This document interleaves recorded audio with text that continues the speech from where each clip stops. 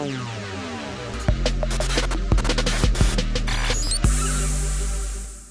there, Amplifiers. When it comes to standing out from the crowd, you gotta do something, right? If you look like everyone else, you're gonna be another brick in the wall.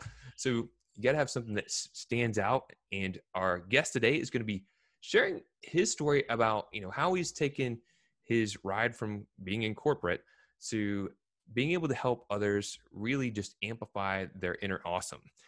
Now, he is the host and CEO of Billionaires and Boxers. He's a podcast mentor, so he helps people get their story out. He also does TVs, events, movies, and he's been empowering over 1 billion entrepreneurs by sharing his message. It's really cool, and it's a really creative title, Billionaires and Boxers. So I'd like to welcome Phil Palucha to Growth Amplifiers. Welcome, Phil. Thank you so much for having me. No, it's great to be here. I'm looking forward to this. So, Phil, I just wanted to start off by saying, did I pronounce your name right? You did. Yeah, you did. Do you know what? It's always funny as people get to the name and there's a moment that they go, oh, I should have asked this before. But yeah, you did, brother. I've heard some terrible versions of it, but yeah, you got it nailed on. It's Palucha. And you know what? It's actually in my checklist, but I was excited because, I'm not in my boxers today, but I am wearing boxers. And I probably am giving too much information right out the gate. You're like, all right, I'm going to turn the channel now. No, it's all good, man. No, we got some really cool stuff that we're going to be sharing today. And, I'm talking about Billionaires and Boxers because it's really the podcast that you have that's sharing how everyday people that are really great at what they do can cultivate getting their message and building out a strategy so that they can shine it out there and get people to know, like, and trust them. 100%. So if you wouldn't mind sharing, how did you get started with this effort? And, give us your background story. We'd love to hear that. Sure thing, buddy. So I originally started off in world of sport. In fact, if you'd have asked me, in my teenage years, what I was going to do, I was going to be a soccer player. I was going to be a football player. And then I was going to be a manager. That was my entire life mapped out for me. I'd played for academy football since I was sort of 6 or 7 years old. I got released at 16 by one of the big clubs here in the UK and found myself going and playing in Central and Eastern Europe. I spent a lot of time in Hungary playing over there. And then that all kind of came to an abrupt end sort of in my early 20s. I kept being injured. I was spending more time recovering to play the game than I actually was playing the game.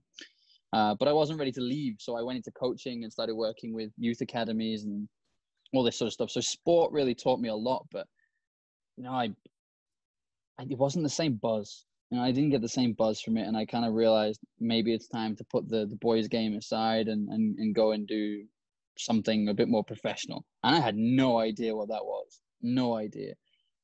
So I ended up going to university and doing a surveying degree, a real estate surveying degree. So I'm actually a valuation surveyor by trade, which was brilliant because just as I graduated, the global property market fell off a cliff. So just to kind of highlight, I was the guy that would go into a field and clock up how much a company could afford to pay for a piece of land to develop it, just as people stopped developing anything for about a 5-year period.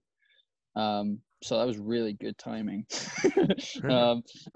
So I ended up kind of thinking, do you know what? I like traveling. I like going around the world. I like experiencing new cultures. So I took an internship in Southern Africa. I moved to Johannesburg. I was only supposed to be there for 3 months. And I ended up falling in love with South Africa. I met my wife there. Well, the person is now my wife. I always say I went to South Africa for 3 months and came back with a wife, but I always kind of have to stress it was my wife that I came back with. I didn't just go and get a wife and bring her back. But during this whole time, I had been podcasting. So podcasting had only just kind of really started, and it was still my way of staying connected with the world of sport. Fanzines and fan podcasts were just starting to become a thing, but nobody was really monetizing it at this point, which I didn't really understand, because I was thinking, if you have a demographic of, men with disposable income or people with disposable income between the ages of 18 and 45 listening to your podcast, you know what they like because they're listening to you because they like that particular sport or that particular team. There's loads of companies out there that would pay for that information and that data. So I ended up joining a friend of mine's podcast and becoming part owner of it. And we took it from something that we were paying about $160 a month to create the podcast to being something that we were making sort of between $1,200 and $1,500 profit per episode. And it was like, okay, this is fun. We can make money doing this. So I just saw it as I was getting paid to talk. I was getting paid to talk about football. I was getting paid to talk about stuff that I liked. I guess as somebody who'd been through the academy system relatively recently and had known many of these players that were now starting to break through into the leagues, people were enjoying kind of listening to my content and saying, well, you know, we can talk about that player on the pitch, but he actually knows him in person and can have a conversation about how he's developed and how he's trained and what he was like when he was 12 and 13 years old. And there was a lot more kind of to it. And this was all ongoing whilst I was doing my corporate stuff. Now, I ended up becoming responsible for talent and training in my mid-20s for the second largest real estate company in Africa at the time. And I mean, that pretty much just came about because whilst I'd been at university doing my surveying degree, I'd actually been working in real estate as well. So our market here in the UK, which is where I am at the moment, is about sort of 6 or 7 years ahead of that in Southern Africa. So essentially everything I knew, I was just telling them, and it was like the first time they were hearing this. It was like being able to travel back in time with a business plan, which is something I'm sure we'll touch on a little bit later because that's exactly what we do with Billionaires and Boxers as well. It's about kind of empowering emerging markets with the lessons that we've used to dominate far more complex and overpopulated markets, and then taking those things into emerging markets where there's a damn sight less competition to get your kind of self out there. Anyway, became kind of disillusioned with the corporate world. I'd enjoyed it, but I'd had enough. I'd had enough of traveling around different hotels and boardrooms and board meetings. And I mean, how many times have people said this, but I got sick of having meetings that could have been emails. Right. And I was like, I don't want to do this anymore. Like, this isn't what I want. So I left and I set up on my own. And I kind of naively thought, well, I'm good at what I do. I'm recognized for what I do. I'm already starting to speak at some events for what I do. So surely the phone's just going to ring off the hook with clients going, hey, we know who you are. We saw you at this event. And it didn't happen. And I found myself in this bizarre scenario that a lot of entrepreneurs find themselves in, which is it really doesn't matter how good you are. If not enough of your ideal customers know, like, and trust you, you're not going anywhere. You're going to have that roller coaster business, which is exactly what I had. You know, 1 month I was making money. Next month, I didn't even have any projects to work on. And I was thinking, where do you find clients? You know, I don't want to cold call. I don't want to do this. And you start looking at what the options are, you Facebook advertising, SEO, Google, pay-per-clicks, all this sort of stuff. And I started realizing that my competitors in that space would have like $10,000 a month budget, and I might have $350 if I scrape some stuff together. And it was, I described it as kind of like stepping into the ring with Mike Tyson. You know, I was always going to get my head kicked in, always. You know, I was never going to win that fight. So I had to start trying to be smarter with this. Now, by this point, I'd sold 2 sports podcasting networks. So I knew and had a real passion for podcasting. I'd been doing it for about 5 years by that point, 4 or 5 years at this point.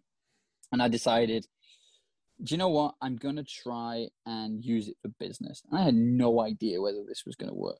None. So I just did a really simple strategy, which was I made a list of the top 100 clients that I'd love to work with. And I invited the CEO of each of those companies onto my podcast to talk about 2 things: themselves, because everybody loves to talk about themselves, and 2, their business, because they get paid to talk about their business. So I didn't do it to try and hoodwink anyone. I didn't do it to try and sell anything to anyone. I just did it because I thought, I know that if I get in a room with somebody and show my credibility and knowledge, the people that this resonates with will resonate together, and the people it doesn't, it won't, and that's fine too. The results were astronomical even then. I mean, even though there was a lot of skepticism, I always describe it as the same thing. It was like, I might as well have been asking people to come in for a police interrogation rather than a podcast, because everyone was so suspicious. It was like, what do you want to ask me? Why? Like, why do you want to talk to me? It's like, I just want to chat with you, mate. I'm not trying to trick you here. I'm not going to strike you to a polygraph test and go, you're lying there. No, I just want to know you. But people would say yes, and they would start coming on. And in the space of 4 months, I'd had to scale the team up from being just me sat on my kitchen counter to having 25 people full-time delivering for me because we just had work coming out of our ears. And something incredible happened as a result. I started to be seen as an authority and an influence in my space. So exhibitions started to contact me. NBC, Sky, Fox, Forbes started to contact me to ask my opinion on things that were happening in the industry. And I realized that this kind of world of media that I thought was this really kind of complex, you've got to know someone, you know, you've got to know Chris Hansen's friends, brothers, cousins to open the door for you. The reality is that a lot of journalists will just Google. They have a story, they need an expert opinion, they're going to Google. And if you take up a lot of that prime digital real estate from you appearing on other people's podcasts, incredible people appearing on yours, you've just become the authority, whether you are or whether you aren't. And it's kind of this sort of perpetual motion at that point. You know, it's like they come to you and say, hey, do you want to give an opinion? You give an opinion on Sky or BBC News. Then an event organizer sees it and goes, oh, we'll get them to come and do a workshop. And before you know it, you're getting to pick which events you want to go and speak at. You're getting picked to come and kind of talk to the papers about this stuff. And now clients really, they still weren't picking up the phone particularly much to call you. But what was happening was when I was picking up the phone to talk to them, they were already much further down the buying process because they'd go, oh, I actually know who you are. I read your stuff. I listened to this show. Oh, you interviewed my friend, so I heard this. And they were already much further down the line.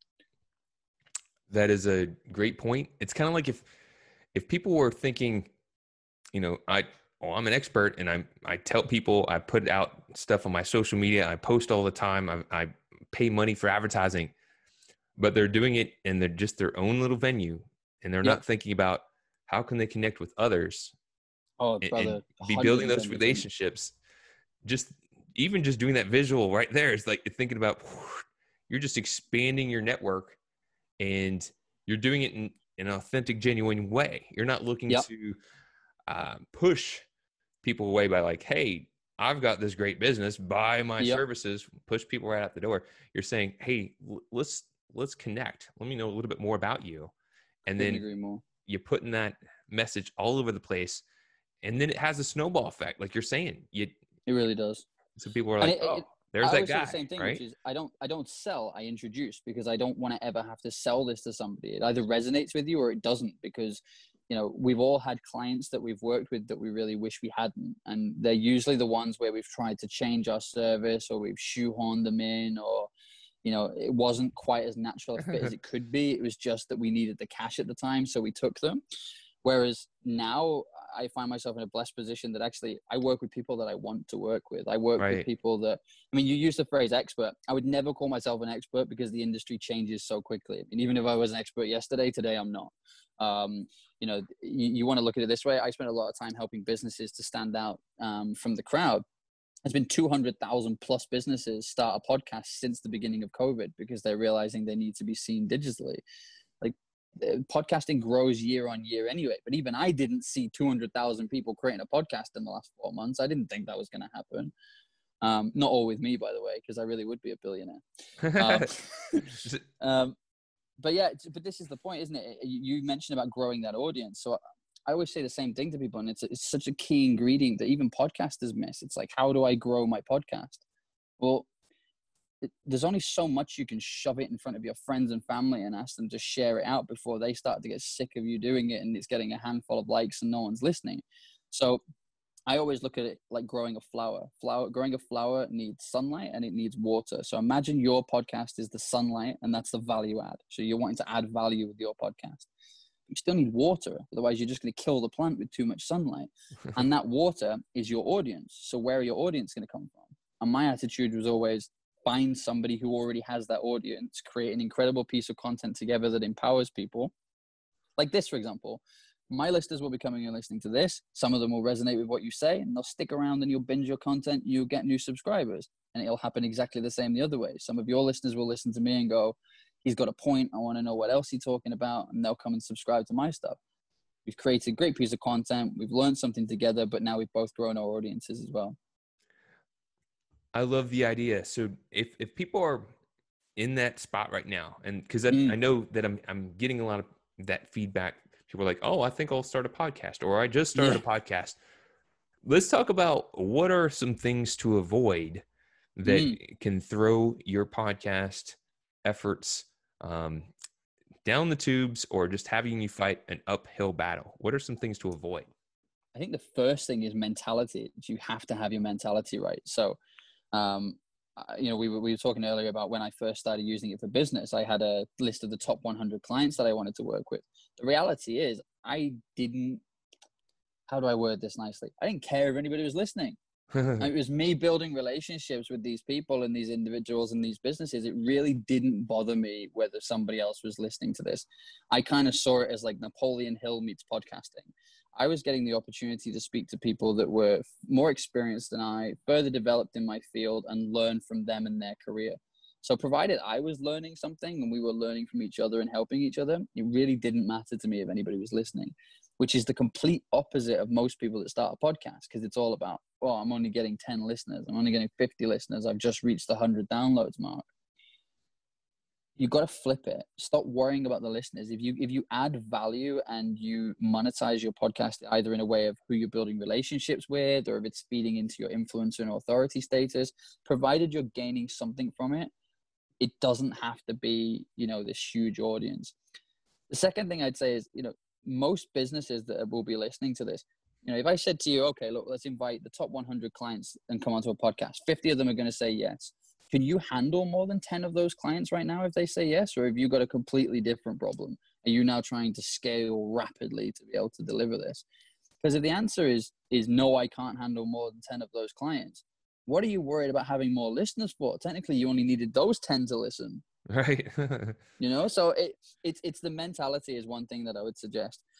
The other thing is people trying to turn it into something that it's not. And I blame mainstream media for that, where people try and suddenly go from having a really natural and organic conversation to saying things to me like, what if I run out of things to say? What if I run out of questions to ask?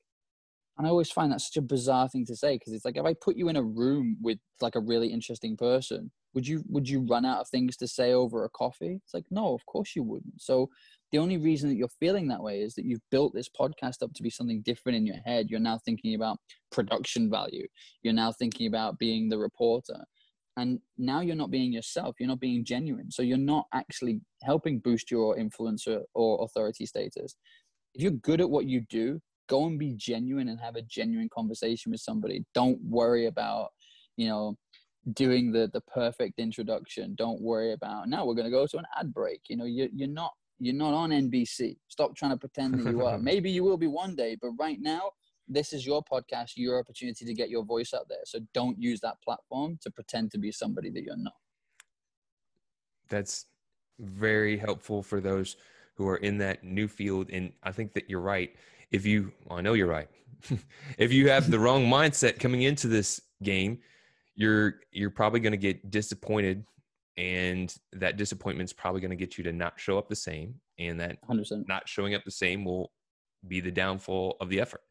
So you also miss opportunities. It doesn't have to look the way that you think it's going to look. So I'll give you a great example. So when we started growing what we were doing, there was a film. It was like a prequel to The Secret movie. I'm sure you've heard of The Secret movie.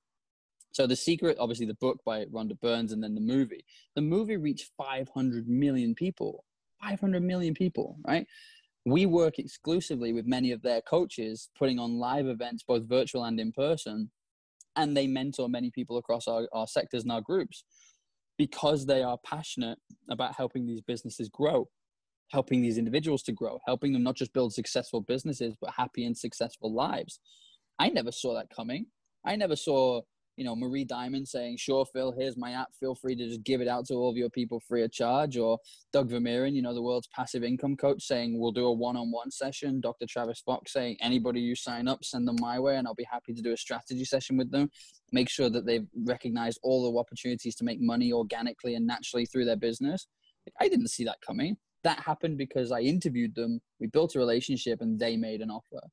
Now, if I'd have gone into that podcast just purely on the basis of, I just want to grow numbers, I just want listeners, I just want more, I want to get to 1,000 listeners, I might have missed that opportunity. Or I might have, as you say, I might have shown up completely differently with my mindset focused on, I just want to get more listeners. And I'd have missed the opportunity to build an organic relationship with people that then not only became my friends and mentors, but friends and mentors to many of our customers as well. And so we've talked a little bit now about some of the challenges that others may have. Hmm. And part of growth amplifiers is to think about, sharing a little bit of our own vulnerabilities. What's the Yeah. biggest challenge that you're facing right now that you're trying to tackle in growing and taking your business to the next level? Yeah. So it was an interesting one, actually. I think the biggest challenge that I'm experiencing right now is I always do things in a really big way. I mean, you mentioned it in the introduction. So I didn't say I want to help 500,000 people. I didn't say I want to help a million people. I want to empower 1 billion entrepreneurs. And I know that the only way I'm going to be able to do that is not just by Phil Paluccia going around the world telling people, hey, here's how it goes. It's me empowering the empowerers. So I kind of made a bit of a rod for my own back in as much as, I now have this barometer when we work with people of who is it you're helping, who is it you empower, who is it you inspire, and why. And if the answers don't resonate with our message, I'll say, thank you so much. Here's some stuff that I can give you that will help you along your journey, but it's not going to be with us. So we've become a lot more picky in terms of who we work with, which has meant that we've kind of moved a lot from dealing with sort of construction and real estate businesses, for example, to dealing with coaches, mentors, influencers. We still work with those B2B service businesses, but the message has to be there. Like there has to be something that you do that genuinely helps people, whether it's your work with charities, whether it's your work that you actually really do care more about your customers than others and you're trying to guide them through that customer experience. But that's a challenge. That's definitely a challenge because it's not just a case of, okay, cool, I'll stick my products on a Facebook advert, batter that out there and people can just buy willy-nilly on the website. You can't. And, if you're going to come and work with us, you have to have an onboarding and strategy call with me, which is me learning about you to make sure it fits. And if it doesn't, I will say no a lot more than I say yes. So it's kind of, you have the big plan of what you're looking to do, but you need people to show up to a certain 100%. point. And if they're not there, like you said, you could point them out to different resources, give them some other things to say, here's what you need to work on before you're a Yep. great fit. But 100%. it makes sense. And some people go away and do that work and others don't. Others, and again, I'm cool with that because I've got to this stage now where I only want to work with people that we resonate with. I'm really passionate about my clients' businesses, to the point where I think I genuinely get more success when they're starting to get recognized as an authority and leader in their field than I do when I get calls from the news saying, hey, do you want to give an opinion on this? Like, that's fine. It's part and parcel of what we do now. And I'm not going to knock it because it's allowed me to get to this stage. But I genuinely think I have more enjoyment from listening to businesses that come to me and say, I'm good at what I do, but I need more people to know, like, and trust me. I don't know why the phone's not ringing. I'll give you an example. We're working with a CX coach based in New Zealand. He's 3 times his business in the first 6 weeks of working with us. Wow.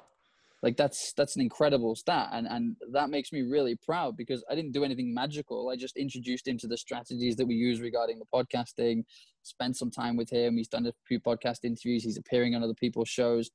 But it's been the credibility gained that's allowed him to now open the door to bigger contracts and people contacting him to say, oh, I actually met you 2 years ago at this event. And then I was listening to your podcast recently and thought we should hook up. And it was like, there it is right there. You just needed one more thing to take them over the line. And we've done it. And I love that. I really, really love it. I was chatting with a client of mine who's an attorney, and he had been doing events for over a decade. Over a decade, been doing events, and he made one change. He started putting a call to action at the end of his presentation. Yep.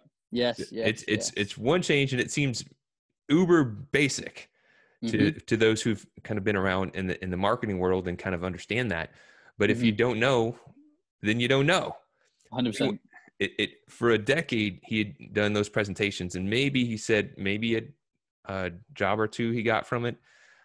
And then from putting the call to action in, he got like 25 leads from the presentation, did 3 of them. So that's 75 leads and converted like a third of those. So 25 new clients. And it's just amazing. So sometimes, the point being, sometimes what's obvious, you may say, I kind of already know this stuff. It doesn't matter what you know, it matters what you do. And more importantly, the results that you're getting from those things. And that's why, working with somebody like Phil, that can help you kind of get that clarity and get from the idea into action to results is really powerful. So speaking of that, Phil, what's something that you're working on now, or what would you like to share if people want to learn more about who you are and what you do, wherever they Sure go, thing. what actions can they take? Do you know what? So our bread and butter has always been kind of our done for you services, where we will literally spoon feed businesses. We teach them, we do this kind of for them for 3 to 6 months, and the time that they need to be able to do that, so that they've got the podcast, they know how it works, they've started to win business from these clients and these relationships, plus they're guest appearing on other people's shows. And then we mentor them and sort of hold their hand to say, right, this now, here's how you take that baton and go and do it yourself. Like, I don't want to spoon feed you for the rest of your life. I'm still here to support you, but I want you to kind of go and nurture that and grow with it. But especially during this COVID period, I found myself creating some packages that I think are more palatable for everybody. So I always say the same thing, which is a great place to start is just guest appearing on other people's podcasts and starting to share that message and build that global network. So now we've introduced a much lower guest booking solution where you can go and appear on other people's shows, and we do like 5 shows a month.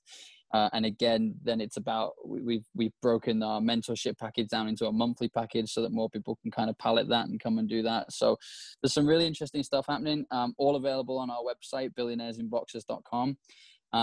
Definitely come and check us out and say hello. I'm personally working on a number of really cool empowerment events, although COVID has caused an interesting spanner in the works there. But I'm looking forward to kind of being able to see people. I mean, this is going to sound like a really weird thing to say. I'm a hugger. Like, I miss like going to events and being able to give my friends a hug. I miss, being able to go to sports events. I'm a hugger. Like, that's who I am. So this whole period of like, you're in your house, you can talk to people digitally, but you're never going to see them. Even I, as a podcaster, found that quite difficult. I was like, no, I miss people. I miss, I'll tell you what I miss the most. I miss the great conversations that happen after an event where the speakers and exhibitors are all kind of tired. It's been a long 2 or 3 days doing this event. It's been really powerful. You've been on a real high because the energy's been great. And now you put amazing people in a room and amazing things always happen every single time. And I miss that. And I haven't quite found a way of being able to replicate that digitally just yet. Obviously, podcasting is a great way of having those conversations, but that whole nice and relaxed, get yourself a beer, get yourself a drink, let's just sit and have a chill out on the terrace. I miss those. I think there's a lot you can do with digital technology. And for the most part, you can train people, you can coach people, you can put on experiences, you can do a lot of things, but there is a level of energy, I don't think at this point in time with today's technology, that can replicate, being an in-person event with people. There's just the physical energy that's in a room. I don't know enough about energy to explain what it is. I understand completely. It's like, look at someone's eyes. Like, you can do it like this way and we can see each other, but like the excitement that comes in somebody's eyes when they say something, or that moment, you know what I mean? It's that very moment. And we've all had it even with clients, where there's something that you say that they just go, yes. And there's like the light bulb moment. You can see it on their face. Like, you can see it then and there. Yeah. Like that energy that you both get from that, I agree. I think it's more difficult to replicate digitally, but hopefully pretty soon we'll be able to see each other once again. And I think that's, you mentioned it earlier. I think that's the, I guess my addiction, my driver. I as a profit coach, I help people amplify their profits. And a lot of it's, what are you doing to amplify your profits? Having that focus. But at the end of the day, I do profits because you need profits in order to move your purpose, your passion. Lately. You need it. You can have a lot of passion, but if you don't pay attention to the bottom line, you can be a starving artist. 100%. But when you get into that, you're able to connect with someone and see that light, feel that energy. That's, the concept behind growth amplifiers, because when you can share and you can really connect with other people, you can amplify what's possible. 100%. And it changes the trajectory of where people are going. So I just, you're mentioning that, and I was just talking with my mother-in-law the other day about, I it's kind of, there are some benefits of, doing things remotely. Yes. But I agree with you. I'm kind of missing some of the other elements that we're not getting to experience in this moment. But Yeah, I think the shared energy is probably a great one to kind of encapsulate a lot of that, isn't it? You don't quite get the same shared energy digitally as you do in person. So I agree. But yeah, I definitely advise people kind of come and check us out at Billionaires in Boxers. My surname is also really unusual. It's Pelucha, Pelucha. So if you Google Phil Pelucha, you will be able to find lots of ways to get in contact with me, I'm sure. Awesome. So as we're wrapping up here, what's a piece of advice or something that you've learned on your journey that would be helpful for others on theirs? Oh, I love this piece of advice because somebody gave it to me many years ago and it changed my life. And I truly mean that. And again, it's one of those quite simple things, but it's quite often overlooked as a result. It's make more decisions with your heart and less with your head, because your head doesn't know any more than you do. Huh. That's great. That's great. I truly mean that. So when you're making a decision, see how it feels, see how it resonates. And if it doesn't sit right with you, don't do it. Do yourself a favor and walk away from it. It doesn't matter whether the deal looks on paper fantastic and it's practical. If it doesn't feel right with you, trust your instinct and don't do it. Excellent. So, Billionaires and Boxers, Phil, thank you for joining us today. Thank you for sharing your story. Some Thank you so helpful much. advice for people who are maybe thinking about starting their podcast, or people that are already doing it right now, just getting some inspiration of what's possible when they stay focused and they stay committed towards their goal.